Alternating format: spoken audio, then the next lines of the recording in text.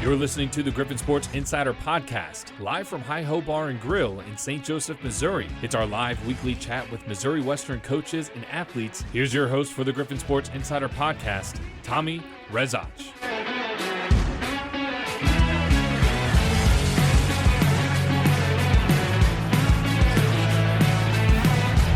Let's just go in chronological order. Golf going on now. Thursday, Griffin Tennis. They, too, part of this Women in Sports Week. Griffin Tennis, they have their fall match at Truman State Thursday, 4:30 Central Time there in Kirksville. So Griffin Tennis trying to get it going. Griffin Tennis was at the ITA Regionals in Edmond a weekend ago, a little over a week ago, and you can read that full recap at gogriffins.com.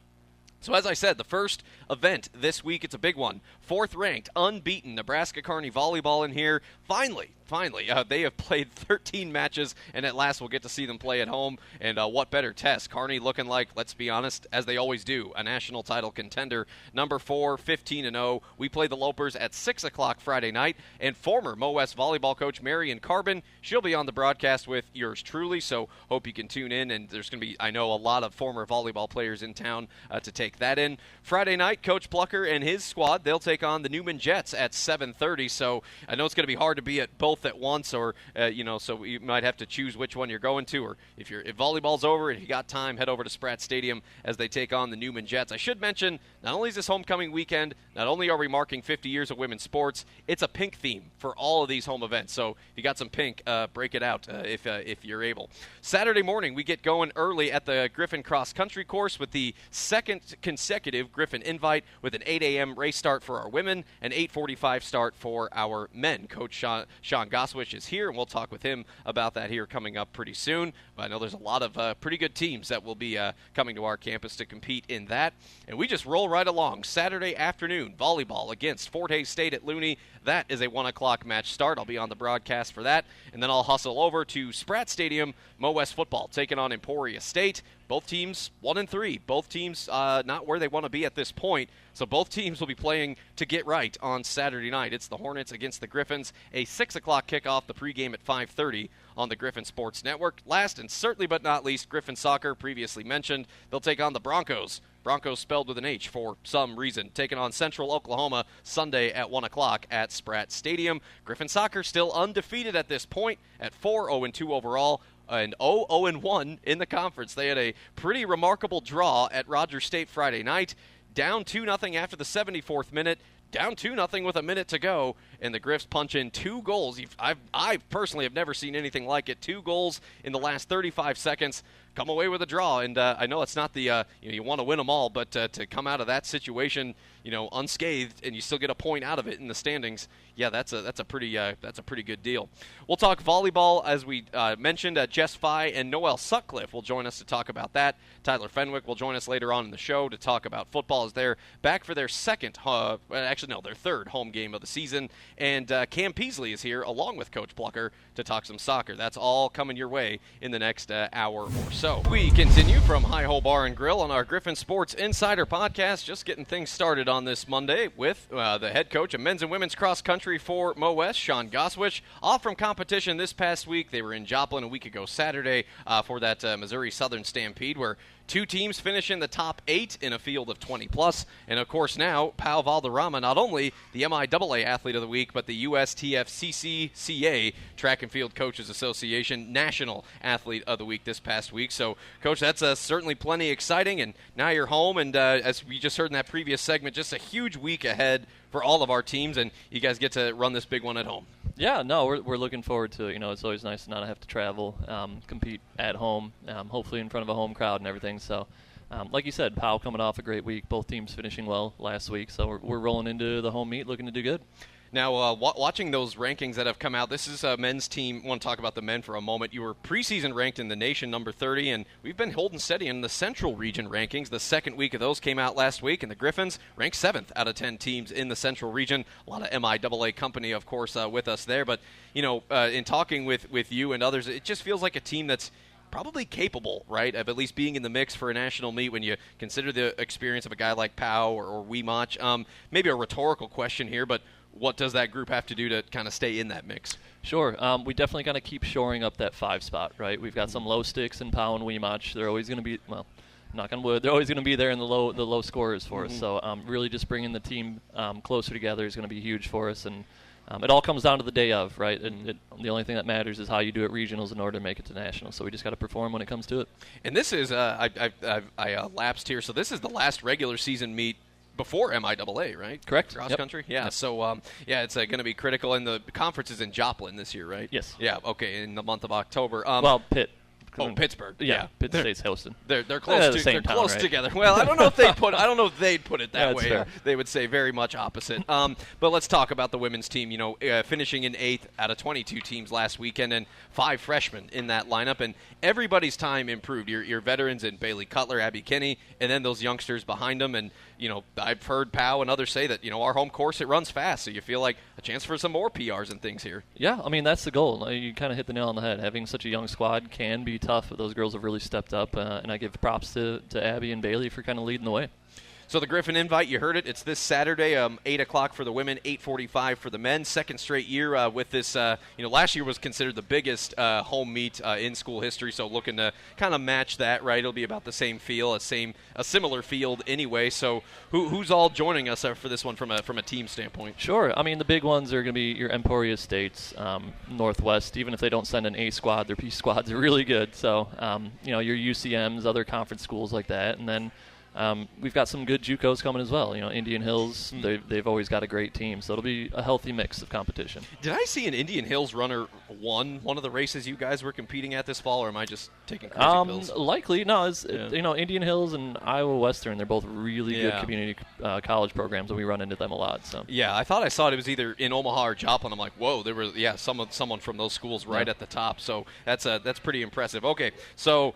I'm a little directionally challenged myself. So if you're going to this course, you're going east on Mitchell, you take a left on 50th, and then it's it's a driveway on the left side, right, to get to the course? So if you come over that hill, right, the dorms are on your left. Yep. You'll see the cross-country course off to your right. Most of the parking will be on the left behind Gotcha. the dorms, and then the start-finish line is just up the next hill over to the right. Very nice. It's kind of spread out in front of you. Yeah, and there'll be signage and other folks out there helping to point people in the right direction. So it was this case last year. It was a Saturday morning, and we had a good crowd out there. And, of course, this was the course that hosted the conference meet last year as well. So I know you and others work hard to maintain that thing, make it look good, make it run fast. So looking forward to a good event this weekend. So with that said, just good luck to the Griffs. Thanks for coming. Yeah, appreciate it. There you go. Sean Goswich joining us here. It's a rare chance, folks. You only get one home cross-country meet a year in most cases, and the Griffins will host a big one. That's the regular season finale before that conference meet coming up later in October. Continuing from High Ho Bar and Grill on the GSI Podcast, I'm Tommy Rezach as we roll into Griffins soccer now, and I'll keep saying it for as long as it's true. A team that is still unbeaten at this point in the season, 4-0-2 overall, 0-0-1 in conference play. Going to Claremore for the conference opener on Friday. Kind of a rare weekend where the Griffs don't play a Friday-Sunday. Just played Friday there in Claremore. A pretty nice soccer pitch. Looking at it on the stream, I know they take good care of it. And interesting match, right? Rogers getting outshot. They're up 2-0, and then from out of nowhere, 2 goals in the 35 seconds to escape the loss, stay unbeaten. Kiera Carr was the first one. And our athlete up here, the senior forward from San Diego, an all-conference performer last year, Cameron Peasley, providing both of the assists on the goals, one to Kiera Carr and then another to Kendall Nisley. And for you, Cam, the 2 assists, 3 total shots. My question to you, Cam, how did we do that? How did you guys pull that off? I mean, it was, I wouldn't say luck, honestly, but at least myself, I was just trying to push it forward as much as I can. And thankfully, Kiki and Kendall were there, perfect timing and everything. And it was perfect. And it wasn't the last 35 seconds, which was insane. Yeah. Well, the second one, it was a header off of you, and then Kendall's just in the box and basically one-on-one. And that was off the left bar, if I remember right. Yeah. So, man, what a finish. And, Coach, we did an interview, at least Ryan interviewed you after that game on Friday night, and I know that's all the emotions, right? You felt like you shouldn't have been in that situation, but my goodness, what a character moment for your team. Yeah, I mean, again, hopefully it's something we can use as kind of a springboard and kind of not have to rely on and on kind of a game by game basis. But again, I look at it as kind of like a 70-30. Like 70% is there's a little bit of that like frustration and just kind of that bitter taste of, okay, it should have been better. We shouldn't have been in that spot like we talked about. But still very incredibly proud and pleased with, again, not giving up, continuing to work and believe. And, we tell them all the time, whether you're up for, whether you're down for, whatever the time, as long as there's still time going on the clock, we're going to compete. We're going to get after it. And, again, I think it just shows that, their drive and their mentality, that they believe that, and it showed. I think with that match Friday, probably the most eye-popping thing on paper was like, we're out shooting these guys like 25-2, 15-2 in shots on goal. Is it the fact that, you credit their keeper, number one? Is it more their defense just showing out, or is that more the thing you've talked about where just being a little more disciplined in that final third? Obviously I think a little bit more disciplined in that final third. Again, I've had this conversation with a lot of different, whether it's sport coaches or even athletic directors in the past of sometimes soccer compared to other sports, it's not as fair, and sometimes things just don't go your way. And again, they had two opportunities. They made both of them count. Credit to them, not trying to take anything away from that. Mm-hmm. But we were controlling the play. That was probably our best first half we'd played in a long time. Mm-hmm. Moving it around, creating some good opportunities. Their keeper made some really good saves. I know she's a Division I transfer, and it kind of shows why. Like she kept them in it for sure.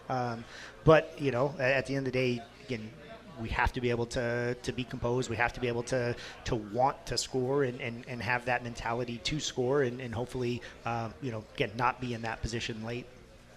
Cam, looking at your season so far, 4 total points, the 2 assists, and then you had your first goal of the year against Jewel a little over a week ago, over 200 minutes on the pitch so far, and here we are. We're getting ready to go into October, unbeaten once again. That in mind, so much wood to chop, so many matches still to go. Do you think this group has realized its full potential yet, or is that still kind of a work in progress deal here? I think definitely a work in progress. We're in the first game of conference, and we always, all teams will say this too, they always have things to work on. Mm-hmm. And I think we are starting to realize we are just where we need to be. Mm-hmm. We're undefeated still in everything, and we'll go into the weekend with our heads on our shoulders. Absolutely, and our heads at home as well. Yeah. Yes. First time in a month, first conference games at home. Newman on Friday night, UCO on Sunday, and the week of weather ahead looks more summer-like than fall-like. Highs in the 80s. Should be pretty dry, pretty pleasant for the most part. These are two teams in the Jets and the Broncos still seeking their first conference win of the season. I know Newman, they've dropped 4 in a row, but 2 matches, Coach, where you think we're certainly capable of winning these, but if Friday taught us anything, that these could be a couple more teams that they could get you if you're not careful. So what do you know about these guys so far? Yeah, I know Newman has they have a young lady up top who's been dynamic for them and who's been able to score some goals. Obviously I know their coaches pretty well, and we talk regularly, and I know they're working on some things just like we all are at this point. But they're going to be a team that doesn't give up and will play for 90 minutes also. So we have to make sure that we can hopefully capitalize on some opportunities earlier, so that way we kind of have some breathing room and can kind of control the flow and kind of dictate the play, and so that's what we're going to be looking at, whether it's leading up in our practices this week, is just being able to then capitalize on our opportunities and then see how it comes into fruition on Friday. And you guys kick off this big weekend-long party here at home of 50 years of women's sports, all the things that are going on. And we sat up here last year talking about so much about the history and Coach Edwards' team that did all the things in 2017. And here we are, season 21 of soccer on our campus. So just starting with you, Coach, to be able to kind of reflect on that and honor that history again. And I know we're probably going to have some pretty esteemed alums in the house. What kind of juice, energy does that bring to the weekend? Yeah, I think it always brings a bit more. Whenever you have the alumni in attendance, or even watching, even just hearing from most a handful of them about even Friday's result, of being able to come back, and again, kind of what gritty performance that shows from this team. So we always want to honor and be able to make the alumni proud, and so we're hoping we're able to do that this weekend. And Cameron, for you as a current student athlete, as a female student athlete, your senior year here, part of this history, right? You guys are part of season 50 of athletics on this campus. What has your experience here meant to you? And I don't know, what can you say about the state of women's athletics? The fact that the coverage and the interest seems to be growing both in college and pro. I feel like, especially like social media and stuff, I feel like women's like athletics just in general, I feel like it's been so much like more seen by people. I feel like it's mostly like I've seen so much more about like lacrosse and volleyball and stuff like that, and I feel like being a part of like this like program at Missouri Western and being part of a women's sports that has been doing so well like these past 2 years, it feels nice to be here. Absolutely. And Coach, I do wonder with what's going on with the USLW and a team in the current that's owned by Brittany Mahomes that's less than an hour away. I mean, what kind of effect do you see with that with young ladies who are playing soccer in this region or near other professional teams in whatever town they're from? Like, I mean, that's got to have some palpable impact, right? Oh, definitely. Yeah. To me, it's just when we're out recruiting, there's a lot more capable, prospective student athletes out there than there were, even say 5-10 years ago, just with the growth, and whether it's the women's league, whether it's the national team, a lot of different things kind of come into play with that. So to be able to kind of continue to see that investment in women's sports and especially soccer, it's just exciting and encouraging to see what the future holds. Yeah, Friday at 6:00, we got a T-shirt reveal for you at this point in time. We told you it's Pink Out Week. Okay. It's homecoming. So there's the script Griffs, looks good. Then flip it around and you'll see there's that 50 years of women's athletics logo. Shout out to. I'm gonna have to talk with Bentley though. XL. What are you trying to say? Hidden messaging there. But what's not hidden here is that we've got 2 soccer matches coming up. Friday night, 7:30 against Newman. Sunday against Central Oklahoma at 1 o'clock. So tune in on the MIAA network, and we'll have the live stream of those for you. Cam, Jake, thanks so much. Well done on Friday. Yeah. That was unbelievable. Took years off of life. I'll tell you what. I'll tell you this. I was out to dinner. I had live stats on my phone. I'm getting up to leave, and I see the 2 go across, and I'm like, how did that happen? So that was unbelievable. My mom sent me a text. Oh, good job, better luck, blah, blah, blah. And then later I was like, so she gave up on us too soon as well. So I had to have a conversation with my parents about it. I'm not saying I didn't send Dugan a frowny face at one point, but I did send him a frowny, and then I felt a little bad for him. Not that bad, but a little bad for him at the end. So wow, what a unique match, and hopefully some good memories this weekend. Sure. Guys, thanks. Good luck. Yeah, appreciate it. There you go. Cam Peasley, Jake Plucker joining us with a little T-shirt reveal. Yeah, you'll be seeing these all over this coming week and all year, really, with it. Homecoming week, Pink Out week, 50 years in women's sports weekend. What a time for our campus. Continuing from Hi-Ho Bar and Grill on the GSI Podcast as we talk volleyball now. Griffin volleyball slotting in at number 24 in the most recent polls, and now with a record of 9-4 overall, 1-1 in conference play, going down the Kansas Turnpike to open conference play over the weekend. Friday night at Emporia State, Saturday night at Washburn, and credit the Hornets. That's looking like a team that we're going to have to deal with. They've won 11 straight. They swept Northwest on Saturday, but these Griffs come back and in pretty impressive fashion take down number 7 Washburn in their house in 4 sets at Lee Arena on Saturday. Coach, starting with you, just kind of a reverse of the previous 2 weekends where our Friday was great and our Saturday we're scratching our heads. It's the opposite. Obviously, anytime you play a top 10, anytime you play a Washburn team with their reputation, undefeated at that point, the ante's upped a little bit, but what a response by your group on Saturday. Just tell me about it. How'd it go? Yeah, Saturday was great. A little bit of a rough night. Friday night, I don't think we played entirely bad, but No. we lacked composure Friday, and so I think losing 2 matches in a row where we get swept, we don't think we played our best. I think that was like a good mental shift for us to have, but we played great. We had I think 3 players in double-digit kills, Noelle being one of them. Yes. And then Taylor and Emily, our setters did a much better job Saturday running their offense. And then defensively, we made some really gritty plays when it mattered that swung momentum pretty big for us. But, yeah, I mean, Whiting, it was hot up there. It was loud. It was a good environment to play in. So, we had a good environment Friday night, and so I think that probably helped us in preparation for Saturday just with being a little noisy, and the noise was not for us. You were at White Auditorium Friday, right? We don't play in Lee Arena right now. We were upstairs in the practice gym at Washburn. No Lee kidding. Arena's, They're building something in there, right? They're gutting it. So we were up in the practice gym, and it was small and crowded, and it was hot up there. I'm sure you were hot. So so it was different. I've never been up there. Like, how many are they able to fit in there? Like, capacity? I think they said their capacity was like 600 this year. So they put some bleachers up there. It was like a lot of people standing around against the railings. They had some bleachers on the floor. So it was a different environment. But we play up there in the spring, so it's like we've played up there a couple times. So. Okay. Yeah, I've never been to a basketball game in that part of the building. Well, I think the gym's going to be done by basketball season. Yeah. That's what they think anyway. Yeah, and it's looking good in there. I mean, to give them some credit, they're building like a suite in their gym. Yeah. So they've got some toys, but it doesn't matter. Noel, season best 15 kills against the Ichabods on Saturday. You had 3 blocks, 3 digs there. Kind of coach said it defensively, 83 digs. I think that's the number that popped out to me. And it seemed like every set you guys got off to pretty good starts. What was kind of clicking for you guys on the floor Saturday?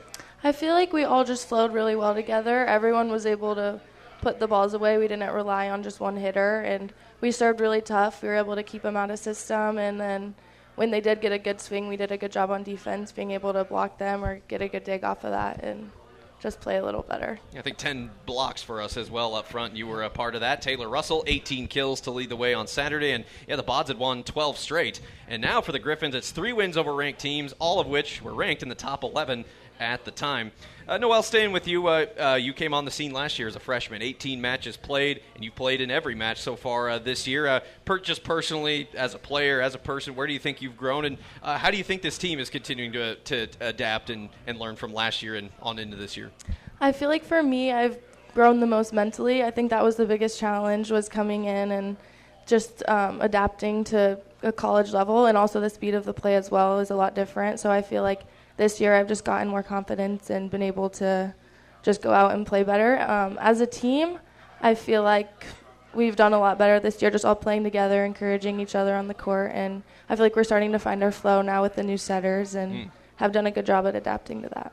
And, Coach, we spent some time talking about setter last week, and before that we've talked about getting your outside hitters going, and there were sets on Saturday. We're hitting upwards of 400. Taylor Russell's looking like Taylor Russell, which is great for us, playing in her hometown of Topeka on Saturday. So, to get Noel going as well and to get some of that offense going, how much is that kind of, amplified this team, so to speak? Yeah, I mean, it's going to be critical as we continue on our conference play. You look at the matches that we lost, we usually only get one hitter going, and it's going to take a lot more, this weekend. And, we have a few tough weekends coming up. I feel like every weekend's tough. Oh, yeah. So we're going to have performance out of everyone, but that's what we talked about Friday night after our loss was we're lacking consistency from people. We're lacking composure in critical moments, and so we aired out of critical moments, and we kind of just gave Emporia the points when we had great opportunities. But kind of hats off to Emporia. I rewatched the match before I came here, and they played really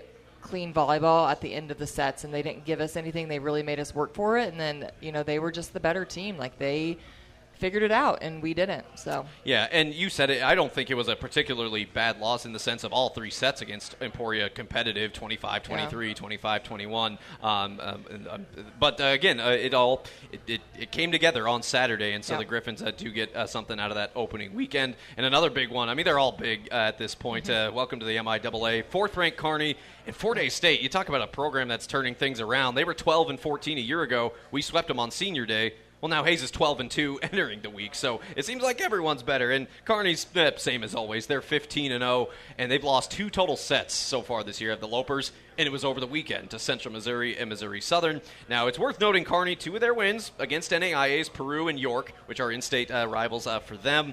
And then Hayes, they had won 9 straight entering the weekend. So, yeah, Coach, I mean, that's plenty to pick from right there. And you're at home at long last. And Coach Carbon's going to be in the house with me upstairs on Friday. And I know so many alums are going to be here. And what a weekend. It's pink out. It's homecoming. It's 50 years of women's athletics. I know it's a stressful one in terms of prep, but, man, this is so exciting as well with all the things going on. Yeah, it's exciting one. Just we're home finally. We're on our home court. Well, we're road warriors so far. So, it's exciting for us to be home and then to have all this excitement around us, too. Hopefully that adds to some momentum for us and just some confidence. We're going to we had no one really cheering for us this last weekend. We packed houses for the other team, so it'll be nice to kind of have that helping us along the way, especially maybe through some tough moments and stuff. But, yeah, we're excited to finally be back home and get Kearney first Friday. Yeah. Noel, any final thoughts from you? Man, we were close with these Lopers a couple of times last year, and we've historically done well against Hayes, but we know they're going to give us their best shot. So just from a player's perspective, how much are you guys looking forward to this weekend? I'm super excited for this weekend. I think our game against Washburn helped us, and it will give us some momentum and confidence going into this weekend. And hopefully we can just play our best and get everyone going this weekend and keep our serves tough and defense being strong. So, yeah, I'm excited. All I could think about playing Kearney last year was the ridiculous first set at their place where it's like 35-33, somehow ends in a sweep. And then we took them to 5 in a really good match this past November. That's the last time we played them, and that's one of the last times we were at home at all. So it's been a minute. So it's exciting, and these matches, again, Saturday at 1 o'clock, Friday night volleyball, 6 o'clock. So volleyball and soccer get our party started on Friday night. So pick one or the other, try to get to both. Find your pink, find your pride, and find some noise to make to support these Griffins. As it's only 7 matches at home this year, so get out there and see some great volleyball in action. That's Noelle Sutcliffe and the head coach, Jessica Fye. Ladies, thank you. We'll see you this weekend. Thank you. There you go. Beginning our final segment of the GSI podcast on a Monday afternoon from Hi-Ho Bar and Grill. I'm Tommy Rezach, talking Griffin football now as we get ready for the 5th game of the season, the 3rd one at home. It's homecoming week. It's Pink Week. It's Women in Sports Week for all of our sports going on. So plenty of palpable buzz around our campus right now as Griffin football coming off of another heartbreaker, another thrilling game, another game in which we saw our athletes do some great things in a hostile environment against a good team. But in the end, Hayes does win it 31-23. And Coach Fenwick, I'm going to do my best to try and not sound like a broken record. I feel good, and I know some of you guys do too, about how we played there for a while. 81 snaps, 440 total yards. We forced 2 turnovers. We scored touchdowns on them. Heck, we completed a Hail Mary. I mean, so many fun things that happened out there. But I know in talking after the game Saturday that you look at some drives where we're driving it, and either it's a turnover on downs or we settle for a field goal. A lot of times we crossed the 50 and just didn't get the touchdowns we were looking for. Somewhat different formula and somewhat similar result. I know you and the guys are taking this hard as anybody, and they're fighting hard each and every day and each and every week. And long ride home on a Sunday morning for all of us. Just, I guess, where are you at with that one here on Monday? Yeah, I mean, the bottom line is we got to stop kicking field goals. We got to score touchdowns. I mean, we're not going to win games unless we, put the ball in the end zone. Mm-hmm. And I think, I did a study yesterday looking at, series that inside the 30 and what are we doing that's keeping us from doing that, and we got to execute better. Just all around. I mean, I think we've got, opportunities and we just got to be more consistent with our execution is really what it comes down to.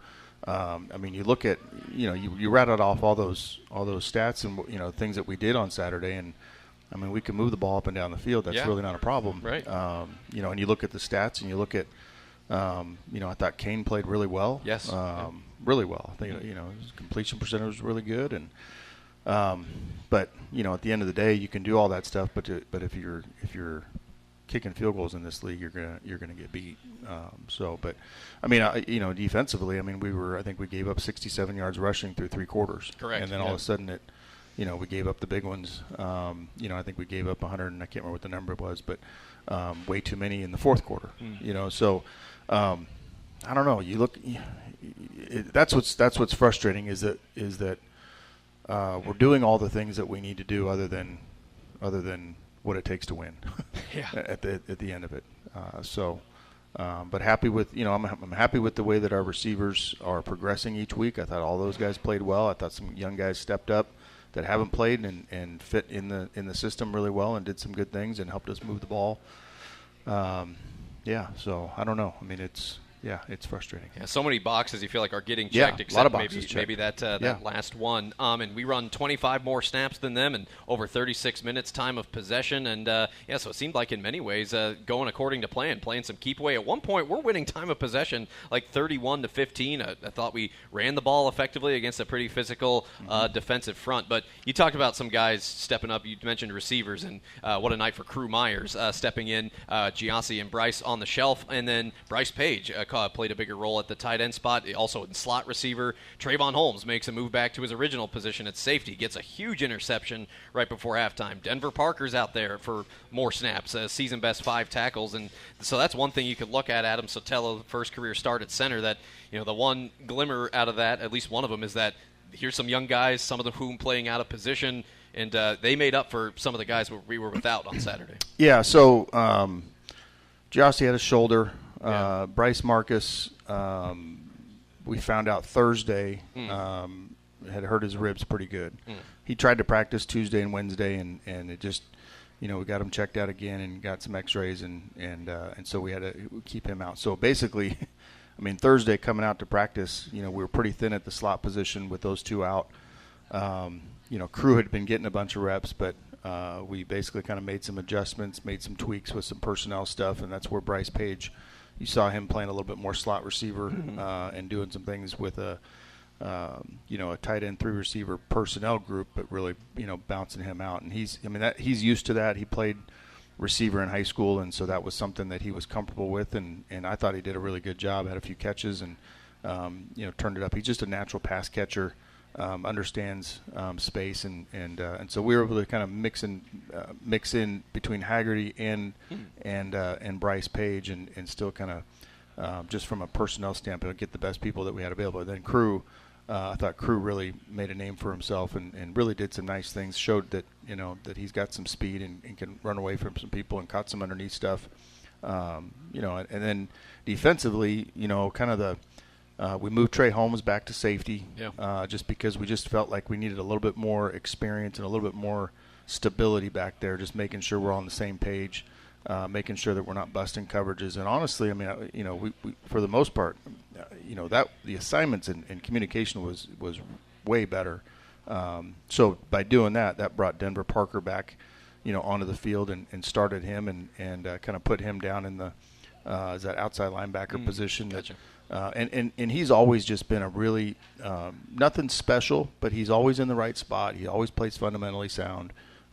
He's a smart, just guy that you can count on. And so that was the goal this week, is just trying to get guys out there that we could count on to make sure that we're all 11 are all on the same page. Well, you talk about defense. It's like even in the pass game, I felt like for the first 2.5, 3 quarters, it's like you're getting plays on the ball, you're covering receivers, you had the pick, and then it's like boom, they hit the one over the top there in the second half to put themselves in front. So it's like a lot of boxes were checked, just that one. And you talk of Denver, started at D1, started at Austin Peay, is in his second year with us. So a high IQ player. Well, we actually moved Dez to safety. Okay. And played Nick Oliver and Logan at corner. Yeah. Again, just to get some more experience, guys that have been in the defense a little bit longer. I mean, honestly, I thought they played pretty well until the big one, and that was good. I mean, that's a tough play to defend. I mean, that was an RPO, and they kind of got him on a double move, and that happened. The big 59-yard run shouldn't have happened. Yeah, no doubt. It was the pass to Tariq Logan that put him ahead, and then it was a 60-yard run by Curtis Douglas, put Hayes up by 8 in the fourth quarter. And, I looked down late third quarter. Their quarterback, Heavner, only had about 118 through the air, and for someone of his stature and statistics, that was pretty impressive. But, Coach, maybe it wasn't so much his arm that was bothering us early, but his feet were a problem all night. He avoided capture, avoided sack, moved the pocket at 43 yards rushing. It was at least a couple times he converted on third down just by running it, and it seemed like there were a few times, not like Andon Carpenter, it's like, oh, here comes Grant Finley, it seems like we got him, and it's like he would scramble and get away. From that pass rush standpoint, I mean, we're throwing a lot of different things at him. Is it, it's hard to bring down a shifty quarterback, but is there something more we could have done to try and get home on him, or what do you think? No, we've got to understand leverage. We've got to understand fundamentals of just breaking down and using our help. There's times where we did a really good job of turning it back in, to your pursuit, but then the pursuit's not quite where they need to be, and that sort of thing. So, I mean, those are things that I don't know. I mean, we're going to see other running quarterbacks. We better. That's a good test and it's a good example to show, but we got to stop using examples and we got to start making plays. Yeah. Coming out of halftime, you talk about the wanting to find a way to put the ball in the end zone. First half, it seems like most games this year we're doing it, right? 3 touchdowns the first half against S&T, couple touchdowns first half this past week. Heck, even UCM, we at least punched in a couple, including a special teams touchdown. 3 total points in the third quarter this year. What has been as you study this, like, is there anything noticeable you can point to, like, why is this happening coming out of halftime? Yeah, I don't know why. I mean, I think it's, I think there's, it goes back to focus and execution. And are we focused on the little things that we are in the first half? Are we focused on, making the blocks that we need to make collectively? It only takes one guy. I mean, that's the thing about, football is all the guys on the offensive line and they can all block the guy, but if the tight end doesn't block the guy or vice versa, if the guard misses somebody, it'll cost you, a negative rush, and now you're sitting there behind the chains and you're trying to play catch up, and that happened a couple times, and we've had some of that in scenarios where we're in the open field and we get one of those, and all of a sudden we battle ourselves back and we get first downs and we continue drives and keep moving, and then there's times as you get closer, and as you get closer to the end zone, it becomes harder and harder to score. I think defenses do it. Yeah, I think and we knew going into this game that against Fort Hays, you're not going to get big plays against them. They're very disciplined. They've Coach Brown he's been running that defense for however long he's been there. 14 years. You know what I mean? So it's ingrained in their head as they come in as freshmen, and they know how it works when they get on the field. So, and it's just they don't make mistakes. They keep everything in front and they make you work for it. And when you get into the red zone, they do a good job of not giving you a lot of windows. They're big up front where they feel like they can stop the run. They changed a couple things up. Some things we thought we would run the football down there in the red zone, and they kind of brought in some blitzes and things like that. And so you're trying to play the chess game, and so a couple things that I made a call here and they did this, and you go, gosh, I wish I would have had this next call in the first down.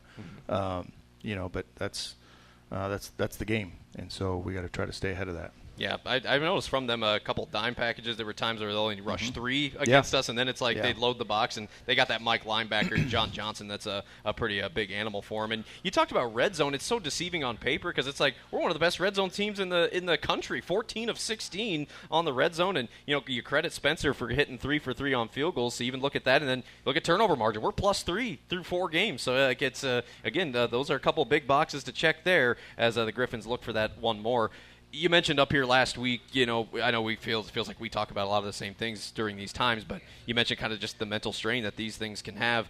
As you get back to work, it's kind of nice to know it's like, all right, another game, we get back to work, you try to get back to routine and normalcy as much as you can, and knowing that it's homecoming and we're going to have a big parade and atmosphere here on Saturday night. So in times like this, whether it's just routine or getting back to work, what are the guys leaning on, if not each other, during a hard time like this, and how do you kind of navigate this mentally?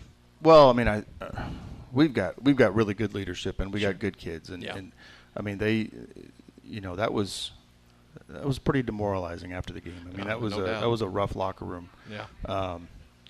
So. But at the same time, I think they're all saying the right things, and we got a meeting coming up at 2:00, team meeting to kind of go through some things. We got we got back late, 4 a.m. on Sunday morning, and so Sunday they had off, and we gave them this morning off just to kind of regroup and kind of recharge a little bit, and then we'll have a team meeting today, and we'll kind of talk through a lot of these things that I'm talking with you about. Yeah. And then we'll get into Emporia at practice. So, I think that you can't look. You got to learn from the mistakes. You got to learn from the losses. Yeah. And then you got to put it aside, and you got to say, okay, there's another game, and that's one of the things I said after in the locker room afterwards. There's another game on the schedule, and it's not going anywhere. Yeah. So we've got to make sure that we regroup and put together a new game plan, which will be different than this game plan, and we got to, see if we can get back on the horse but I think there is a little bit of a mental block, and we kind of have to. I feel like we need to break that open. Yeah. I feel like we need to find a little confidence, and we need to. I don't know. Winning's hard, and I think we got to celebrate. The good things that are happening, because I think there are a lot of good things that are happening, and we're exciting to watch. We're fun to watch. We're physical. We fly around. I think like I said, I think our quarterback play is really good. I think our running backs are playing really good. Yeah. It's just that we got to make sure. I don't know. We got to find a way to just the consistency of being able to finish drives, and then we need to figure out. We need to celebrate those so that we know that okay, we can do this. We are this good and. So yeah, our heads are spinning a little bit, because you're waiting for that to happen, but it's not just going to happen. We have to make it happen. you don't win by luck. Yeah, I remember talking to Dakari during that game, which, by the way, I was getting texts. He did a great job, so hats off Good. to him for Good. making the trip and doing that. And Jonas Bennett will be with us in the booth this week. Looking forward to that. But we talked about what you have said, that killer instinct. And I remember thinking how many drives where it's like we're up 3, we're up 6, we're down a point, we're down this. It's like, this is our moment, go and take it. It's like, we got to punt it away. And that's just like, those have been the moments that it's just like, man, it's like you see how close it is. And I was talking to Coach McQuillan. I think I sent him a text like, heads up, we've got your back. And he said, eventually we're going to run out of ways to lose. So I think that's about as optimistic of a take. And you would think, statistically, luck-wise, eventually this not round ball will bounce our way. But it's different if if you're getting beat by 21 every week, then you're just not good enough. Right. But we're good enough. Right. And that's the thing that's that's wearing on you. It's extraordinary. Yeah. Well, let's briefly talk about the challenge this week, and they're facing similar challenges as us. Emporia State coming in at 1-3. They won their first game against Minot State back in week 0, and they've played a gauntlet of a schedule. They had to play Angelo. They went into the Jungle, which is Kearney Smith Stadium. Pittsburgh, Kansas took on Pittsburgh State. Pitt did what they did, got up big, beat them 42-29. So, we talk of Emporia conference losses to Nebraska Kearney and now the Gorillas.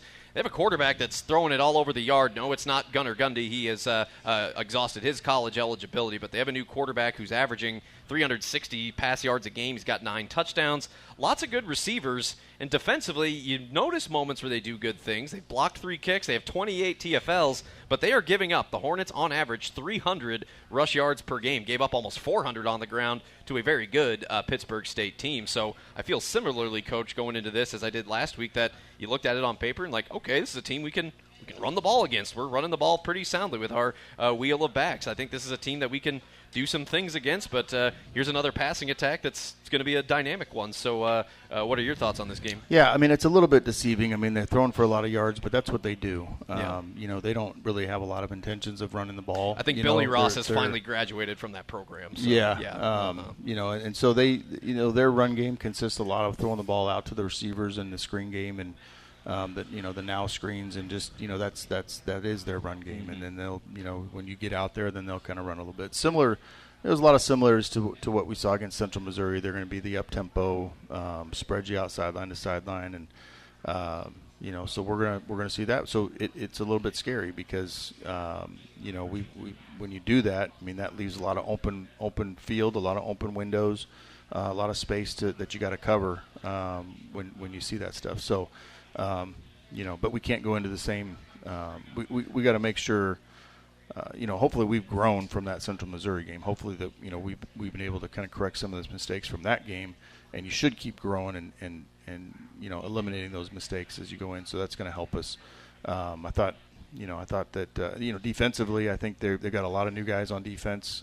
They were very senior heavy last year. I think they've got 3 or 4 returning starters on the defense, and so they've had to replace quite a bit of their D line, and I think that's where they give you a ton of looks, a lot more than last year, but they give you a ton of looks, from a front standpoint, and so you got to be careful about not getting your run game into extra hats, where guys are unblocked, and so that's that, and we're kind of working through that today, trying to make sure that we're going to be sound in the run game and protection-wise. Yeah, their passing attack, it's a good parallel compared to Central Missouri, because last year, they had 75 passing plays against us, and it was just dink dunk, spreading us out sideline to sideline, and what a memorable game that was, a really close one, and that's what you got to brace for every week now in this MIAA. It's tough, top to bottom, only 10 teams in our league now, and any given Saturday is what I've been saying this year, because that has the results have reflected that. We're starting to see a little bit of breakaway at the top, but from 2 or 3 on down, this is still anybody's game. And Emporia, like us, they're trying to get right. They're 1-3, so a lot of urgency when you take losses early in the year, as teams have a lot of football still to go. We still got about 2/3 of the year to go, so we'll see how it goes with homecoming, pink out game, another night game, 6 o'clock. The weather looks good. 2-time all-conference receiver Jonas Bennett on the mic, and Coach, just ending with the 50 years of women's sports.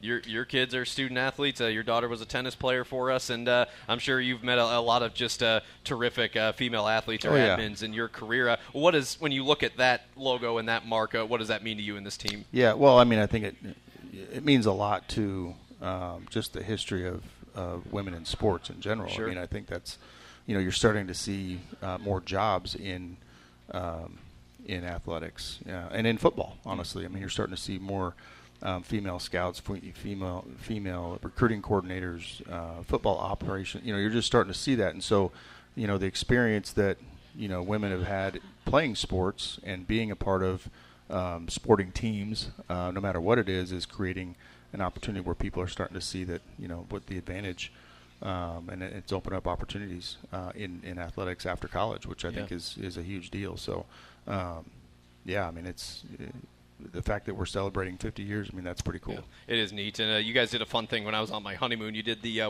women's in football clinic in August and had a pretty good showing out for that. Where wives of coaches, parents of players, and some local folks came out, and that looked like a terrific event. And we've got the 50 years of women's sports patches on our helmets this year to pay homage. It's not just this weekend; it's all year. So, and we know a lot of alums from a lot of different sports are going to be with us, and pile on the top of that. It's homecoming, so still lots to play for, lots to cheer about and get excited about. And I pleaded on the air, I've said it as much, that these guys, they would love the support. Keep fighting. And Coach is right. These games are, from an on-air standpoint, it keeps me on the edge of my seat because this is a fun team to watch, and they are competing against the very best at this level, and expect no different this week. Hopefully expect a win here with a pregame at 5:30 and the kickoff at 6 o'clock. Coach, hang in there, stay the course. We got your back. Go get them. Thanks, Tommy. There you go. Tyler Fenwick joining us as football gets ready for game number 5 of the season. Emporia State coming in. It's been an entertaining series with those guys the last few years. Garen Higgins, he's their veteran head coach, so you expect a lot of the same high-flying football from them. That's going to do it for the show today. I want to thank Coach Fenwick, Coach Fye, Coach Plucker, Coach Goswish, our student-athletes today, Noel Sutcliffe, Cameron Peasley, our camera operators, Jason Holland, audio engineer, Rick Leahy. Quick programming note for you folks. So next Monday, October 6th, I see Luke Scheideker's here. We'll have Griffin and Brooks. He was hiding back there. Hi, Brooks. Our basketball coaches and myself, we will be at MIAA Basketball Media Day Monday, October the 6th. During this time. So Jason Holland, who's right over there, he is going to host this program, the GSI Podcast, next Monday, and I'll be there interviewing our coaches and players at the college basketball experience in downtown KC. So you'll see a different face up here next week, but we'll still have the show. We'll have great coverage from Basketball Media Day, so come on back next Monday at noon and enjoy this weekend. That's all I can say. Stay tuned. Stay locked on to GoGriffins.com. Mo West Athletics on social media for not only the latest updates and information, but so much great content that's going to come out of this long but exciting weekend. So hope to see you out there this weekend. I'll be at volleyball, football, so say hi and go Griffs. We'll talk to you down the road. Thanks for coming. It's been the GSI Podcast. So long.